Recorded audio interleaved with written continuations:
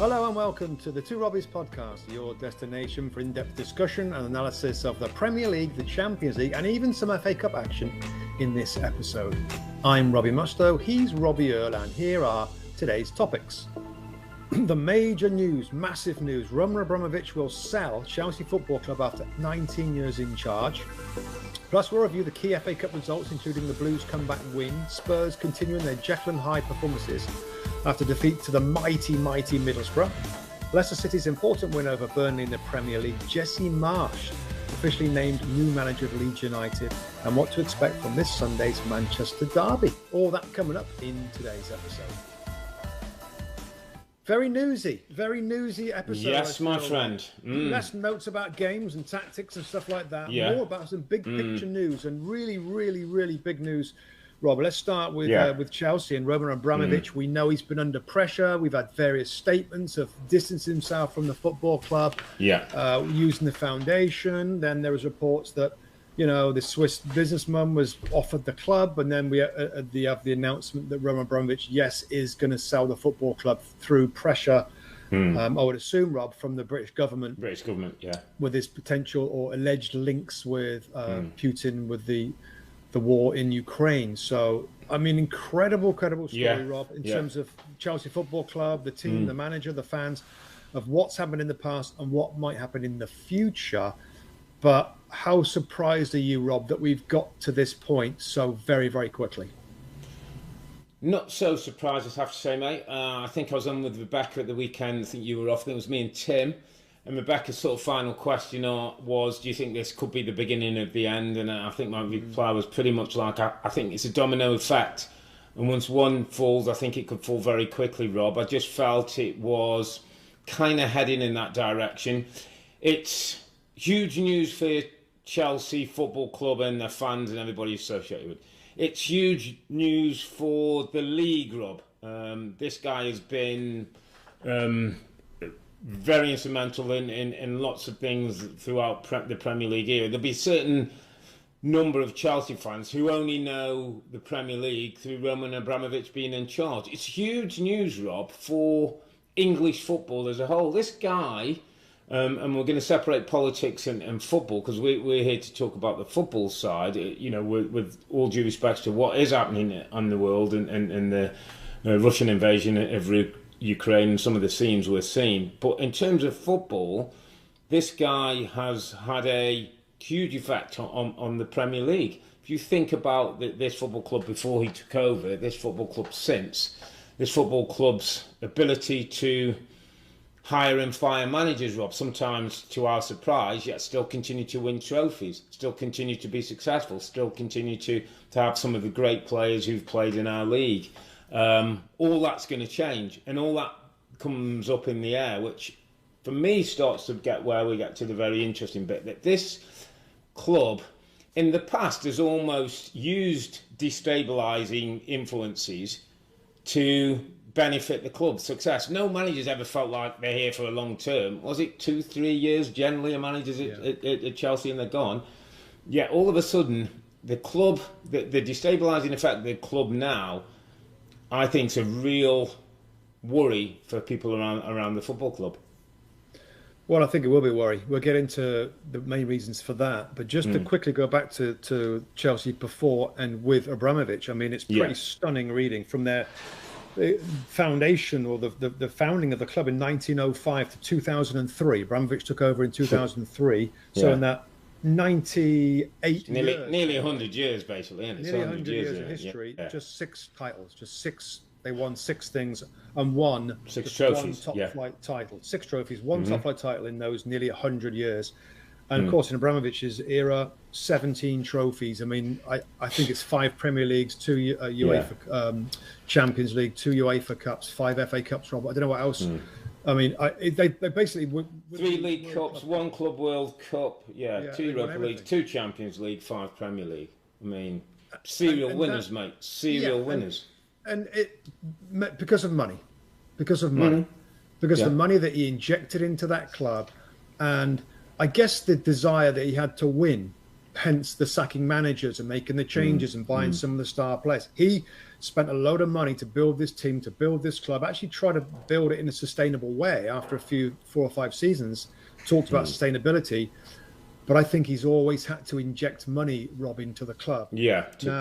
And the success has been there. So fair play. And I think also, we spoke about it just before, Rob, about the impact that he's made, or that the money made and the new Chelsea made on the league. Before this 2003, it was kind of Man United and Arsenal fighting, battling with Wenger and Ferguson.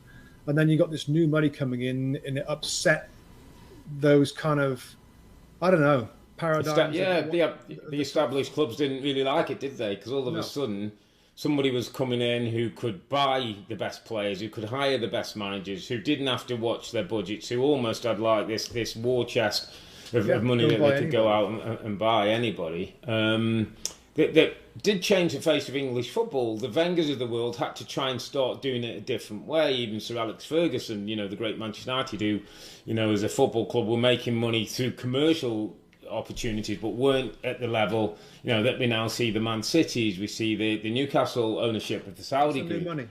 It's new money. But he was the money. First, wasn't he? He was the pioneer of new money coming into the league, and also I think coming into the league, Rob, but turning success around quickly. They didn't come into the league and take 5 or 6 years to settle and have a look at it. I mean, he bought in Mourinho, and pretty much the rest, they say, is history. Yeah, that's right, and that's what's happened, Rob. But now that's about to end. If it's right that he's about to sell, if there are the right buyers that want to pay the right amount of money, you get a sense that this has got to be kind of time sensitive. That this it's got to be quite quick, hasn't it? What's going to happen with the government or whatever? You could argue this has been coming for a few years now with the citizenship issues in the UK, etc., etc. My thought on this, Rob, immediately bounces to the future and what it means for a club that's been such heavily backed in the transfer market and with personal loans that he's saying he doesn't want to get paid back.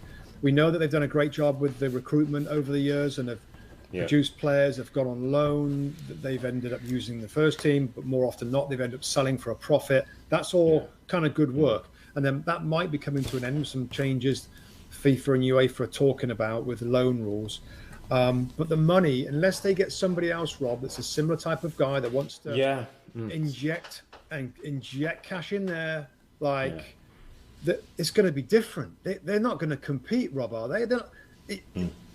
Unless they get a similar sort of guy, they won't be able to. I mean, maybe good news for the manager now and for a new owner that he's recently had a blimmin' spent a lot of money, hasn't he? Spent a lot of money on these young players. And put loans in and things. So he's got a lot of players in there. But do you see like there could be a slow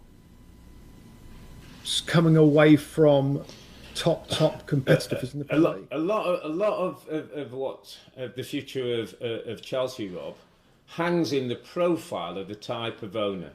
By that I mean, you remember Hicks and Gillette came in at Liverpool, big American noise, there was all this talk. Didn't want to come in there and put money in, Rob. Didn't want to come in there and do it. We're almost, some would believe, maybe looking at it as a way to earn money. The Glazers, we can talk about their ownership and what they've done and how the Manchester United's dissatisfaction with the way they've done. The Cronkies is another one.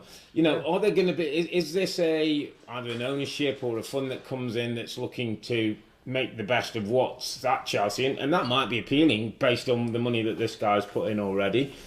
Are we going to get another profile like an Abramovich? And to be fair to Abramovich, Rob, in terms of football, regardless of expense, if it led to success and there was a rationale behind it, this guy generally put the money in. He bought the players, he backed his managers and whatever. Yeah, he might hire and sack them, but he backed his guys. And there was a couple of things I was thinking about Chelsea. It was one of the clubs when I first got out of TV and was in media, spent a bit of time, lived not far from the training ground, got to know it a little bit. And there is something about Chelsea, Rob, where it's situated in London. It's in the cool part of London. It carries a kudos. It's in the King's Road, Chelsea carries a kudos. You've got a great set of players. You've got a fantastic manager. You've got an infrastructure that's pretty good, a training facility that's second to none. You've got an academy of young players that some out in different places and some that you've got. It's an appealing buy, Rob, for the right person. It's a very appealing. It's a club that you go in.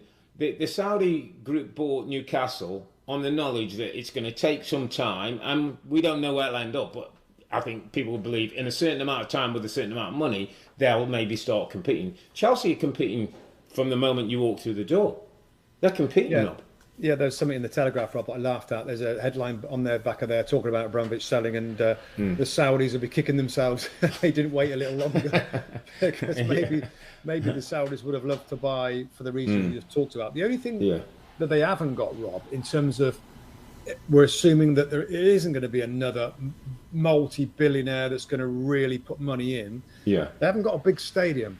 And the revenue from the stadium will be down on the others, some of the other big ones. Now, we know that Abramovich talked about a new stadium. I think there's a lot of issues with a new stadium, isn't it? There's some ownership by a group, by a supporters group. There's lots of things with the council and where West they could London. Build in West London and the size of space they'd want. So that could be another reason why revenues might not match some of the other so-called big clubs in the league. Yeah, so, I think it is an attractive proposition, of course, given the manager and particularly the players, a good bunch of young, talented Premier League players that are proven, that are winning things.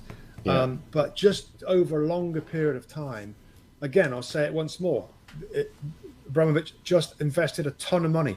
Werner and, of course, Lukaku and Kai Havertz, some of the younger players that's there now and developed in, and Reece James. It's a good squad, and he's injected money in. But I don't know, mate. Can I just, because we are talking about the future and we've talked about the past and we've been cognizant of the Abramovich situation and the divisive position that he's in. Chelsea fans obviously, love him because of what he's done to the football club. The other people in football are looking at it with very different eyes on, and quite rightly.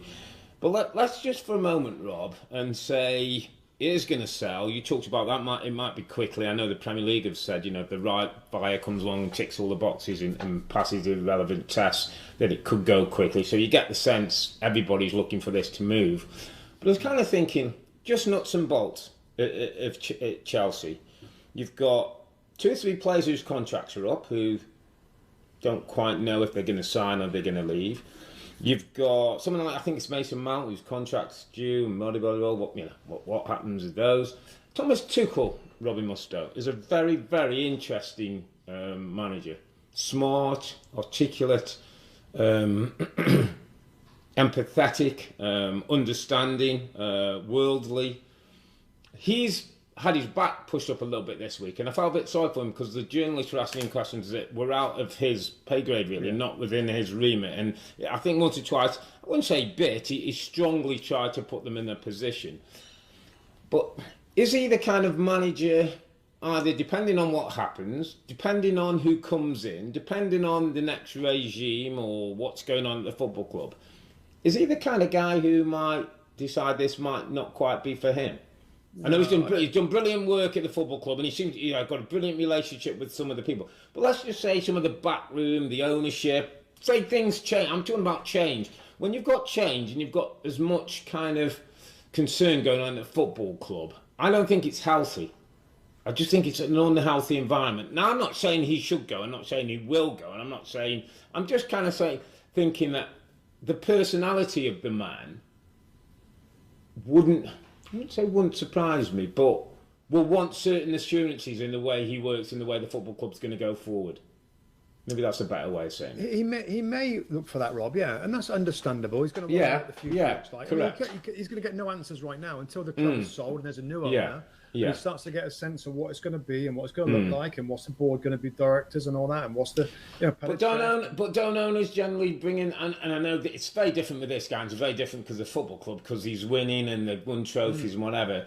But don't owners sometimes come in with their own view of their own man, their own guy? Yeah, but I can't imagine an owner coming in and having a different opinion.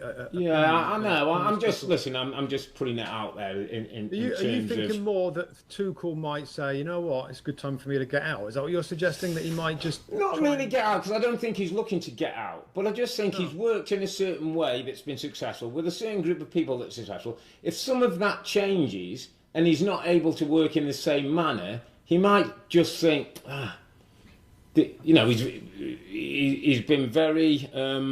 I thought he's led the club in the last couple of weeks brilliantly, and couldn't impeccably the way he spoke and held himself and behaved. I just think if some of that changes and it changes what he does on a day-to-day, the relationships he has on a day-to-day. Let's just say, I know he's got a very strong relationship with Marina and Petr Cech. Let's say those two are taken out of the frame because they were of the old regime, and the new guy comes in, who the new guy is, we don't particularly like this, or we don't like, or has an opinion, or all of a sudden that changes his relationship with the club and how he's doing his work. That's my worry. If I'm a Chelsea fan, that would be my worry. Yeah, I think in terms of his contract, Robert, I know he's signed an extension to that initial 18-month he had contract. 18 months. Signed a little bit longer given the Champions League victory, but I'm sure it's not a super long contract. I think what he's done has been pretty remarkable. I think from the day one, Rob, when we heard him speak in interviews, it's pretty obvious that he's an intelligent guy, honest guy, and his work has been pretty good. I mean, this season maybe hasn't been as good as we thought, but whatever happens, he's going to have a lot of if he comes dissatisfied for any reason, if the owner does some stupid things, or he's doesn't feel like, I mean, he's going to have a ton of people that want to take him.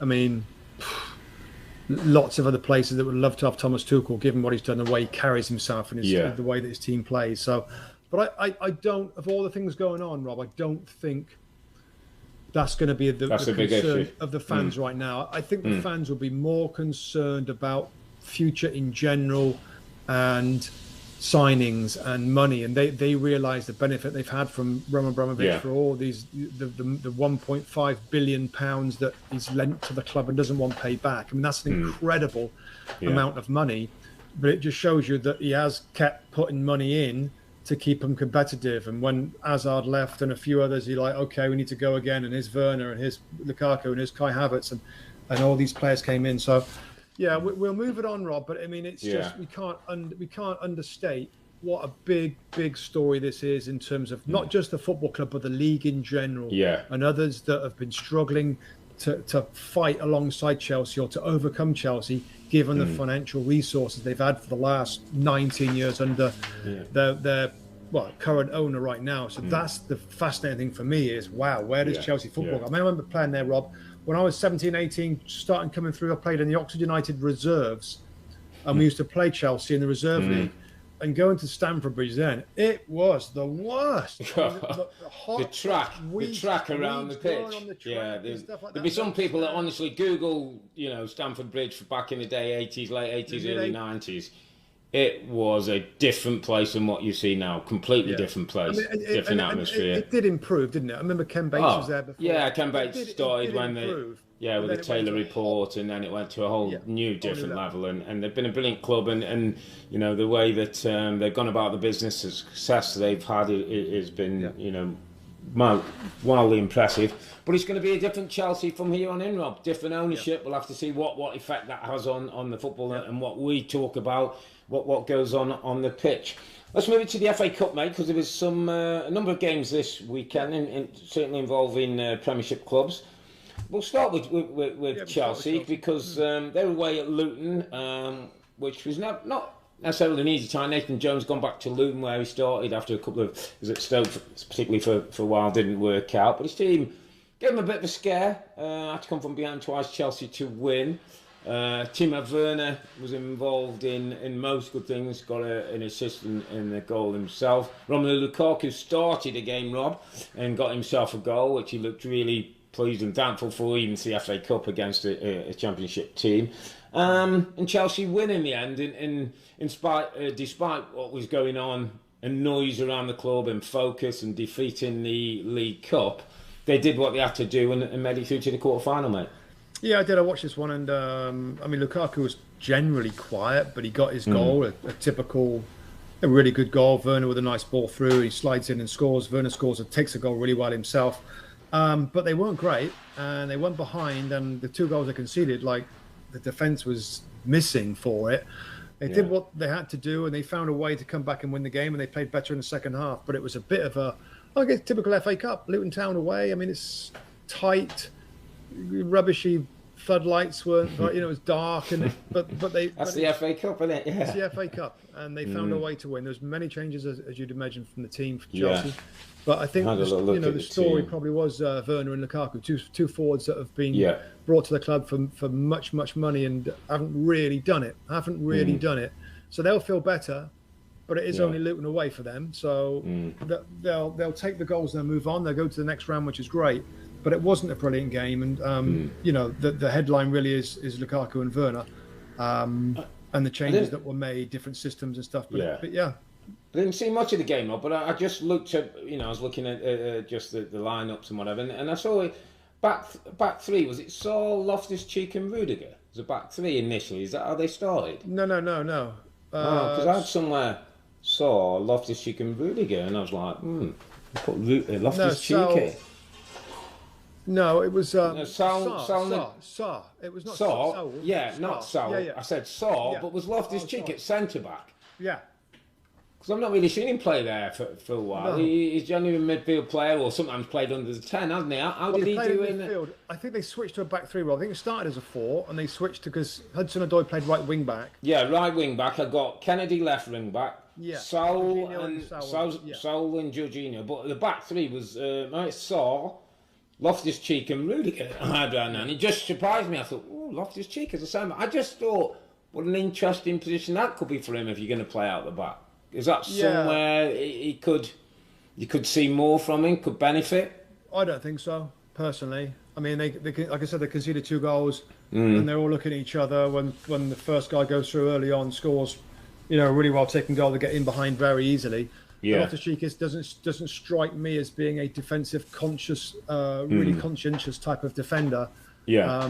But Pulisic came on, Reece James came on, 1 minute for him. Mm-hmm. There was a few system changes throughout the game, but it settled down to Kennedy wing back and Hudson-Odoi right wing back. Yeah. Interesting. Yeah, just an interesting one. I was just interested in how that looked and whether that was maybe food for thought down the road. Somebody who's continued to have food for thought. They're up and they're down. They're up and they're down. They're Antonio Conte's Tottenham, who against the mighty musty Middlesbrough got themselves a 1-0 defeat. And I have to say, on what I saw, and I watched this game, which most of this game was, Borough deserved it, mate. I thought Borough played particularly well and deserved the victory. You wouldn't know. I mean, you wouldn't know which is the team going for the top 4 and which is in the Championship. And I think, there's lots of talk about Antonio Conte and the way he plays. I mean, they're outpossessed by Middlesbrough. Which brings up the whole, really? And of course, listen, I love Middlesbrough and I love the club and stuff, but to be as the players that you've got at Spurs and to be kind of reactive and passive was like head scratching. Now, as the game went on, Rob, to be fair, both teams could have scored a lot of times. Chances, it wasn't it wasn't super tight, super boring, super defensive. I mean, Middlesbrough gave as good as they got. They had as many opportunities, probably more than Spurs in the end, and deserved a 1-0 victory. Josh Coburn, the 19-year-old, comes on and strikes through the ball. He's got an eye for goal, this kid, and strikes through the ball beautifully into that far corner. It just brings back memories of when I was there and we went on cup runs in the late 90s. We got to 3 cup finals in 2 seasons, FA Cup final in 1997. This is them through to the next round now. I know the Riverside would have been full and bouncing and buzzing. I was going to say, that was a great scenes, wasn't it, to see it back buzzing? Because it hasn't been for a while, has it? It hasn't been for some time, but been buzzing like that. And now there's apart from this, Chris Wilder, the new manager, has injected so much to the team, both in the league as well now. So there's a real sense of excitement about we've finally got a really the right man, Rob, to get him back into the Premier League, which is always the job there. But FA Cup helps, helps the team, helps the players. It's just brilliant, from being there and being around the town with a cup run. It's pretty exciting. Fans are buzzing with it, and to beat Spurs, another Premier League, Man United and Spurs now, Rob, they've knocked out the FA Cup. Yeah, it's not bad. So fair play to my old team, and as you said, deserved it. Like created more chances to score. Good for the Borough. Some musty love for the Boroughs. They go past Tottenham. Another down day for Antonio Conte. And As I was thinking about this, Rob, I just wrote a note. I was sort of writing little notes about the games and whatever, and I was kind of thinking, like, we know what, like, they changed to a back four in the end. He took off his wing backs. He was trying different systems, trying to get back in the game. Created 1-2 chances, Spurs, but not great. But I was almost thinking, like, penny for the thoughts of Antonio Conte, like, deep down, Rob, when he goes home and talks to his wife or whoever he talks to or somebody in Italy, what's he really think about this Tottenham team? Well, what's he really think about? Yeah, can I shape this? You know, given time, given money, let's say, can this work? I don't know. As I'm watching him, Rob, and he's going through his emotions, and you see him, and he's very, you know, expressive, and you know, we love all that, and you see it all heart on the sleeve and all that stuff. But to a side, though, deep down, what does it? Do you think he believes in this group? You know, do you know where? You're pointing. You're again pointing to. It's all the players' fault, and it's no. Fault, and it's no. You got to listen to me. I'm saying, I'm not saying any of those things. More my point is, do you think inside he believes he can be successful at that football club? Well, he should think that, shouldn't he? No, that's what I'm saying. But that's the question. I'm not saying that he shouldn't think that. I'm saying, but there's something in me when I watch him that makes me think he's not convinced. He did. Let's remember at Chelsea. He didn't go to the Chelsea when he won the title. The first 4 games he played the system. He let them play, and then he changed. You know, the famous change of back three to win the game. He believes in that what he's doing. I'm not sure when I see him. He really, really believes in this group. That it will take time, that he's got something to do, but he can turn that around. That's what I'm saying. Well, yeah. I agree that I don't think he thinks that this team is anywhere near what's required to finish in the top spaces in the Premier League. I think that's agreed. That was known beforehand, by the way, because previous managers have struggled to do that. Some big-name managers struggle to get to the very, very top. Yeah. Where I'm starting to have a bit of a problem is some of these bad results are bad. And the players aren't that bad, Rob. It's not that bad a team to lose to Southampton, Burnley and Middlesbrough. Does it always have to be, well, look at this lot. I'm this, I'm that, I've done this, I've done that. That's kind of the point I'm saying is he believe that he's not, I don't know, that he can't, it's not going to happen for this group. They're not going to listen to what I say. Well, is he trying, do you feel like he's sort of saying, these aren't good enough for me. I don't know what to do about it. That's my question. Is that what he's starting to say?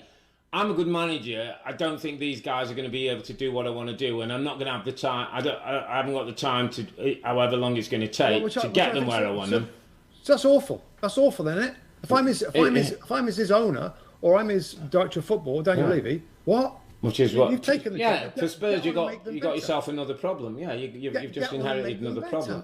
Stop whinging and moaning about what you've got. You know, Nuno never said that. You never got the sense Nuno looked at that group and said they aren't this. I mean, wherever you think Nuno's a manager, it didn't work, and he got the sack. When I look at Conte, it's almost as though I got the sense that he's feeling, nah, I'm not sure how this one's going to work out. What do you mean? Like there's too much to do. It's going to take too long. Oh, so I'm going to quit. He's going to quit then? Well, there's going to be some. I'm just suggesting, let's just follow the story and let's see. I think somewhere down the line, and I think Danny's been saying for a while, he won't start next season, whether he does or not. Let's wait and see. I don't know. As I'm watching him, Rob, and I'm a body language and looking and relationship and thing, it just almost looks to me like, he doesn't fancy it. That's what he's saying. His body language doesn't fancy it. Yeah. Which is. I don't disagree, by the way. I don't. I think that's exactly what we're seeing. Body language in interviews, like as if he doesn't really fancy it. Now this is less about. We thought the big throw the toys out of the pram was going to be the money, and I need more money to bring in top players.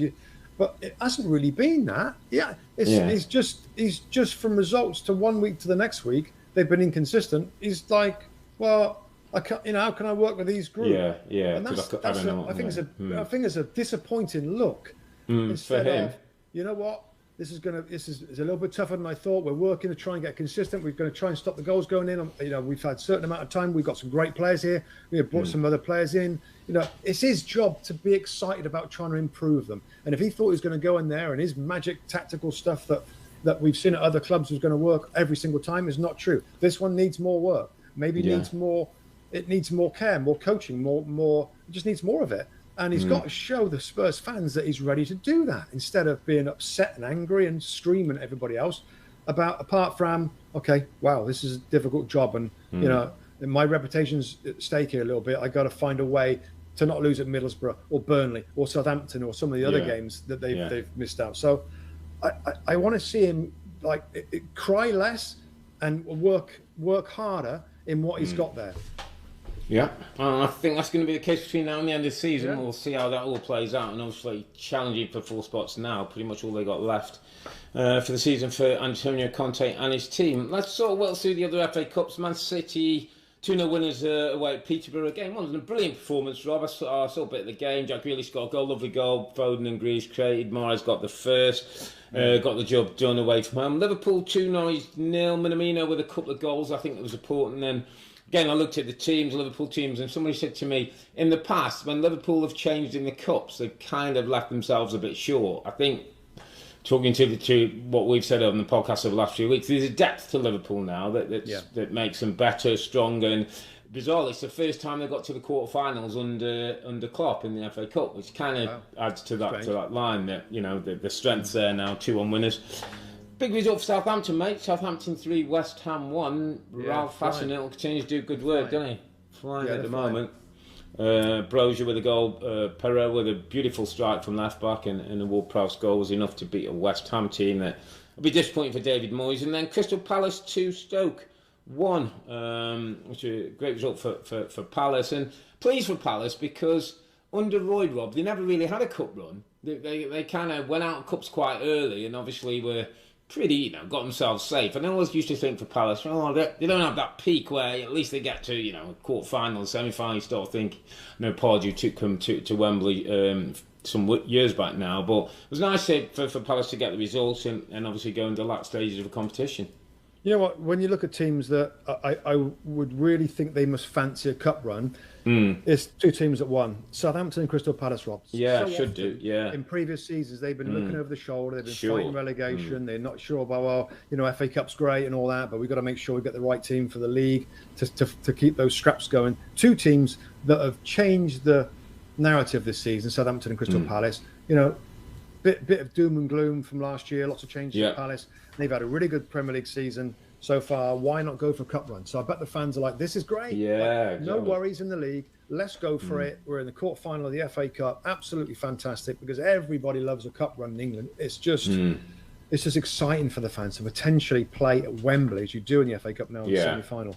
And one thing, Rob, that I think was a real nice touch of all these games, the Peterborough Man City game. Alexander Zinchenko, of course, a Ukrainian, was given the captaincy from Fernandinho for the day, walking out with the Peterborough captain out the tunnel holding the Ukraine flag. Yeah, it was actually a good shout. Really good shout. It was a lovely thing to see. Yeah, touching moment, wasn't it, in this period where we're seeing some horrible scenes from over in Ukraine and people sheltering and just trying to keep themselves safe. And yeah, you're right. It's a really good shout to see that. Football is.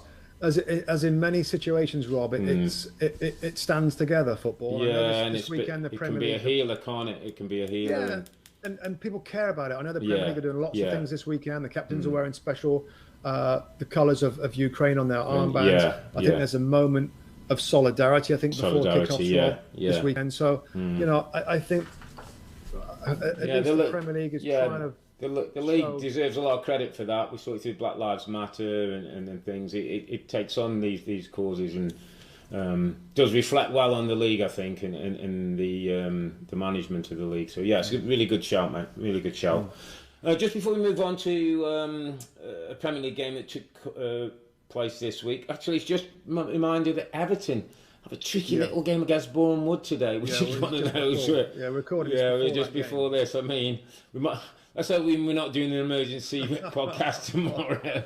And Boreham would have got one over Frank's Everton at Goodison Park. I'm sure Frank will get through that one and they'll concentrate on Premier League. Talking about the Premier League, and at the bottom of the table, Burnley, who were in really good form, came up against Leicester City with a certain Jamie Vardy back in the lineup, mate. No surprise, he comes off the bench, makes a goal, scores a goal. Leicester win 2-0. First win for Leicester, I believe, this since the turn of the year, and disappointing day for Burnley at home when they were picking up points and looking to get out that bottom three. Yeah, I listened to Sean Dyche afterwards, Rob, saying how disappointed he was. He didn't want to criticise his team, but he said, like, we've had a lot of big games recently. We've needed to win, and the performance was there. We just didn't have the spark today against Leicester. I thought Leicester's point of view, Rob, they looking a little bit more familiar now. I know, like Madison, you'd expect him to start, and Vardy. Both players came off the bench and both scored the goals in this game. But I just looked at the game, and Leicester looked a little bit more like what you might expect. And I got a feeling they're gonna do all right now. You know, they've had some issues and pressure on Brendan Rodgers. I thought it was pretty good, and Burnley's still in it. I mean, these are games now. They're all the make-up games, of course, that they had to play. They're still, they've played 25. They played 25 now, one more than Everton. They're a point. One less than Leeds that are banging trouble. We'll talk about them next. So Burnley's still in it. Bamford, they're just still in it, and they need Weghorst up front with Cornet as well to get them the goals, because everything else in that team is going to be okay for the most part. This wasn't a great one. You think they might have a chance of getting something from Leicester with the muscle and the energy they often show against teams, but not in this one. Leicester deserved a 2-0 victory. He did, and we'll move it on to what is it's actually took a backward step. Jesse Marsch at Leeds would have been huge headlines normally. US manager taking over a Premier League club, and obviously the Bielsa mutual consent leaving the football club. But in light of what's happened at Chelsea, it's been very much down the pecking order. But Jesse Marsch at Leeds is big news, my friend. Is a big story. Is a very big story. It's a very, very big story. It was a big, big move. Andrea Radrizzani is the owner, the Italian owner at Leeds United. And, the statement came out that it's a very difficult decision that he made to sack Marcelo Bielsa. And he's made the big call in Jesse Marsch. It's Victor Orta, Rob, who's the director of football at Leeds United, that really is a proper director of football, hires and fires, picks the players. He was at my previous club, is at my Middlesbrough for a little bit of time, and now he's at Leeds United, and he's been tracking Jesse Marsch for a number of years now, and feels like the way that Marsch coaches is kind of similar to Bielsa, the same kind of energy, the same forward momentum, the same kind of high pressing, these diagonal forward, quick football, quick attack, transitional football where they want to get forward and attack, kind of in keeping with what we're seeing. I say kind of because Bielsa's stuff is so way different that's going to be difficult in itself. So an incredibly difficult job of any club to walk into. Jesse Marsch, it must be the toughest managerial position that he could walk into in the Premier League. It just is, given following a legend, given the team struggles right now, given the spine of the team. Certainly Kelvin Phillips and Patrick Bamford still are injured. It's incredibly important and difficult. And given the fact he's an American, which shouldn't make a difference, it shouldn't matter, but sadly it does. I feel this is going to be a little bit different to Bob Bradley. I think with the more experience that he's had in European competition, and let's not forget, he was trusted and selected to coach RB Leipzig, which is after Nagelsmann, wasn't it? That's a lot of trust. Now it didn't work out, granted. He left the club after 5 months, but to be in that position, he must do a lot of things well. Now, we'll see. He's got to do a lot of things well straight away in a different league, in an incredibly atmospheric, fever pitch Leeds United. And we've already seen an interview, Rob, and he's already expressed what he knows about the Leeds United. He knows the history of the team. He understands that. But, I mean, just from our point of view, after being there, playing there, etc., the expectation, the pressure on Jesse Marsch is going to be huge.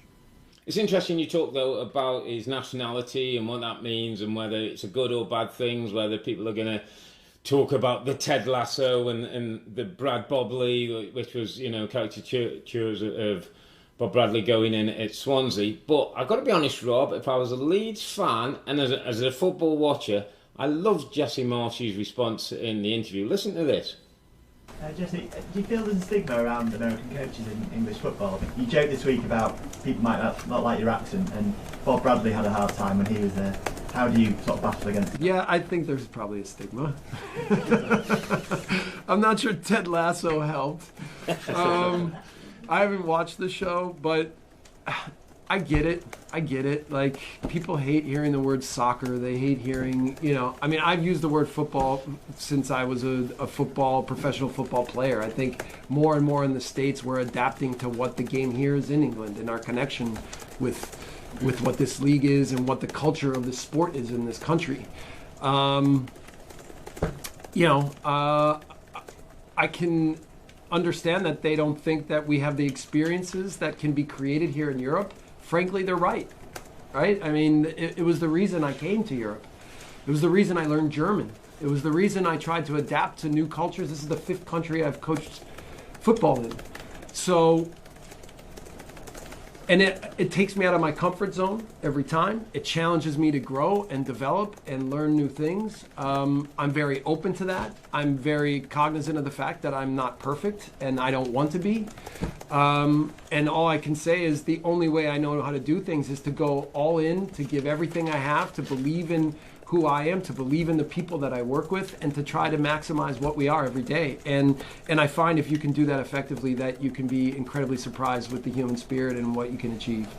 So that sounds like Ted Lasso, I think, from what I've heard. Absolutely, it did sound like brilliant. Ted Lasso. Brilliant. Answer. What a great response, though, mate, to an English media who's sitting there waiting for something to drop. Comes across worldly, Rob. Yeah. Intelligent, smart, has been in other countries, self-deprecating, is going to be prepared to have a laugh at himself and have a laugh at the thing and embrace that and not be, get his back up. I'm looking forward to it. I've got to be honest, he's been in, as he talked about, he's managed in 5 countries, he's had experience. So as ever, you do a little bit of reading, try and find up. And I heard that after he's, he got the job, he said he's got a million things that he wants to get across and say, but he's just going to make sure the few things he has to say are acted on, and we'll build our relationship as we go along. I thought that's so important to do, because you've all been there where new manager comes in and you try and put everything into 2 training sessions your whole career, and players are a bit like, you can have an overload of tactic and information. And listen, he's got a good dressing room, they've obviously got a great spirit about him. He's got to tap into that and find the right way to just manoeuvre it in his way. But no, I'm really, really looking forward to what this Leeds adventure could be. And listen, he's got a job on, mate. He's got to get them out of relegation trouble. It shouldn't be so important, Rob, but it really is the way that managers interview, like those type of situations. Pre-game, post-game interviews, after-game interviews, like the quick flash interviews afterwards. Yeah, it really is important how you come across. And again, it shouldn't be, but if he's smart, and he says the right things, then journalists, if he gets on the right side of the journalist, it changes a lot. And then fans read that stuff, they'll give him a little bit of leeway, possibly. Correct. Of course, the one thing that stops that dead in the tracks is his performance is not better. And there's one thing we can say about good answer, and there's a bunch of reasons why he should be getting the opportunity, but if performance doesn't improve quickly, it will be difficult. Given the guy that he's followed, and given that big decision to say, you know what, we don't think we're going to stay up with Marcelo Bielsa. We've got to make a change, and a change to a guy that's not coached in England before.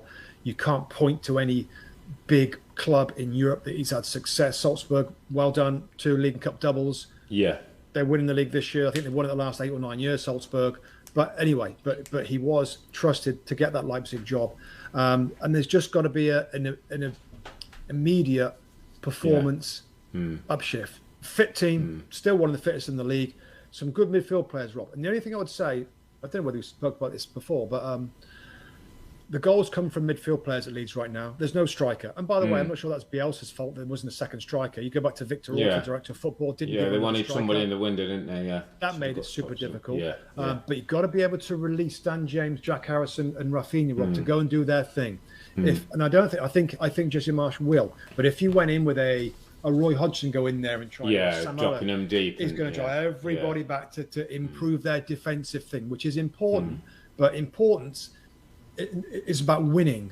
It's about winning, and you've got to score a goal to win. If you've got all your attacking players doing defensive work, then you might concede less goals, but you're still going to concede. So but I think with Jesse Marsch, the whole point is that he is an attack-minded coach, and he will bring. He's already said it, a different defensive structure mindset. That he's got to try and reprogram the defender's mind. Because just think, Rob. Like, if you think back. Wouldn't you think that you've been doing this for 4 years now? I think it's 4.5 years under Bielsa, where you're tracking the midfield play. You're going to find yourself doing the same just thing. Stopping, getting caught between the two, or not quite sure. Is it going to be difficult, Rob?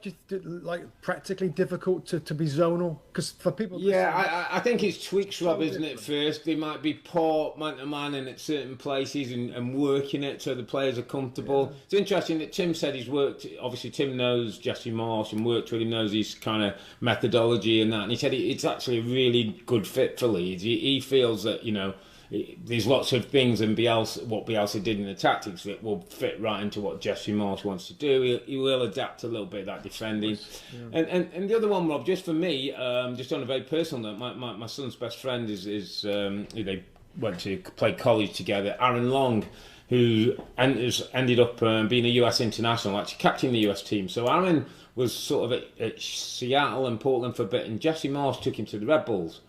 And from there on, Aaron's career took off, and we've had a couple of conversations with Aaron, and he talks glowingly of Marsch in terms of his football, what he does on a day-to-day basis, what he does individually, how he gives such a targets. He said he made me a way better player, he made me a way better person, just glowing marks, and said, like, he'll do well. If he gets to the right setup in Europe, he'll do well. So, Aaron's somebody I know very well, and I've got a lot of respect for. And when he talks at that level and was glowing in terms of what Jesse Marsch can do, he is hoping, mate. He is hoping, because we've seen now, American players make that breakthrough and go into big European teams and that, and we've still got this kind of stigma around coaches and managers that they can't quite do it in European level or in some of the big leagues. So great opportunity for Jesse Marsch. Yeah, good luck to Jesse. Let's see how that goes at Leeds. Let's move it on finally, mate. There's a big game happening at the weekend at the Etihad. Manchester City facing Manchester United.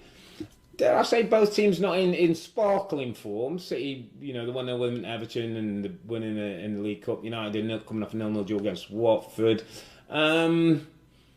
What do you think? Who do you fancy? How's it going? Well, you've only got to look at the league table and the numbers to say that City will be favourites. They're playing at home, Rob. They know they've got Liverpool chomping at the bit right behind them, coming up on their tails. It's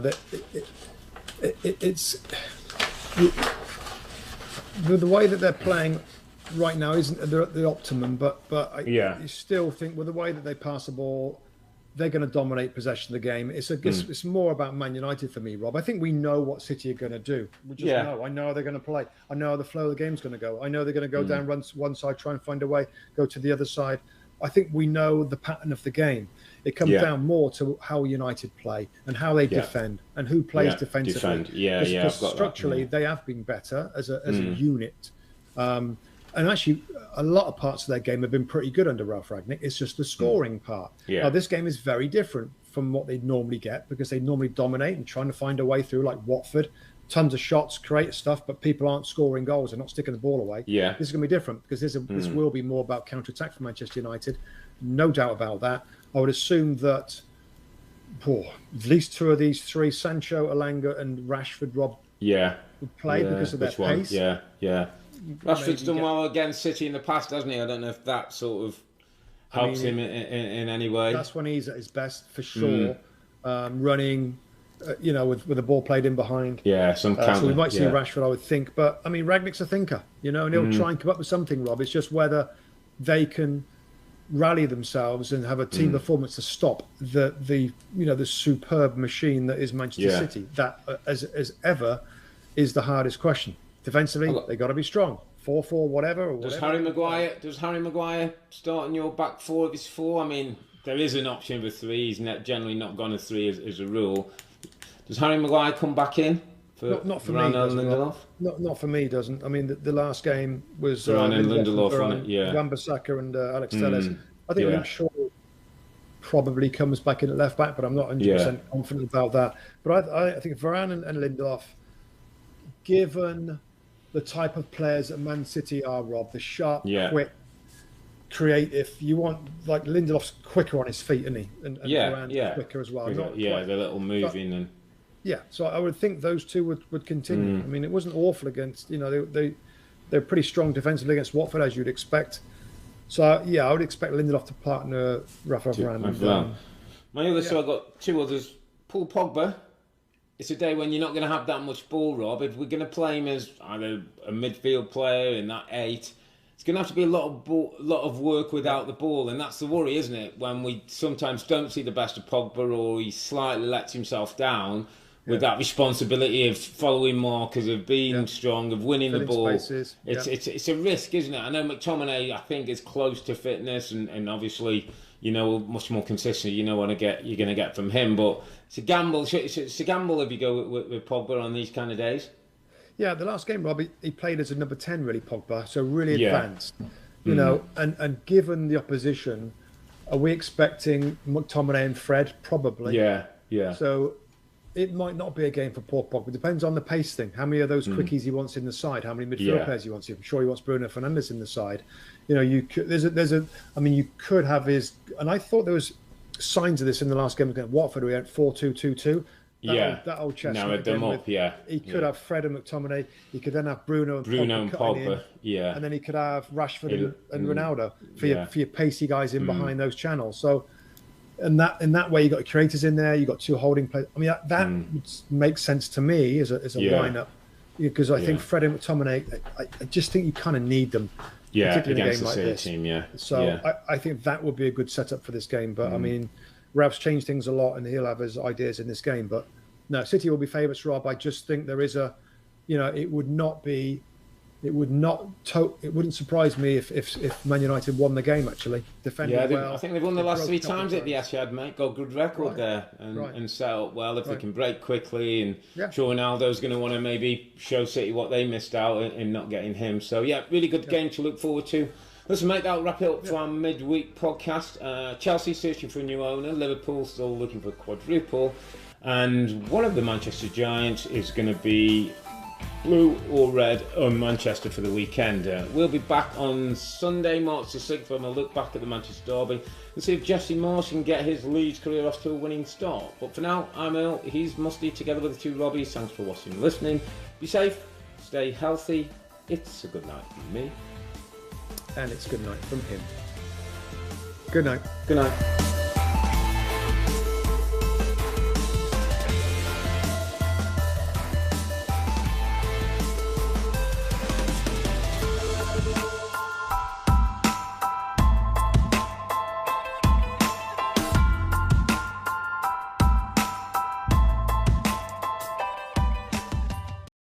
Hi there, I'm Rebecca Lowe, studio host for NBC's coverage of the Premier League. Don't forget to hit subscribe to watch highlights all season long, and be sure to tune in for Premier League mornings every weekend at 7 a.m. Eastern. And for even more content, head over to Peacock, where we've got live games, original series and a dedicated round-the-clock Premier League channel featuring studio shows, classic matches and much more.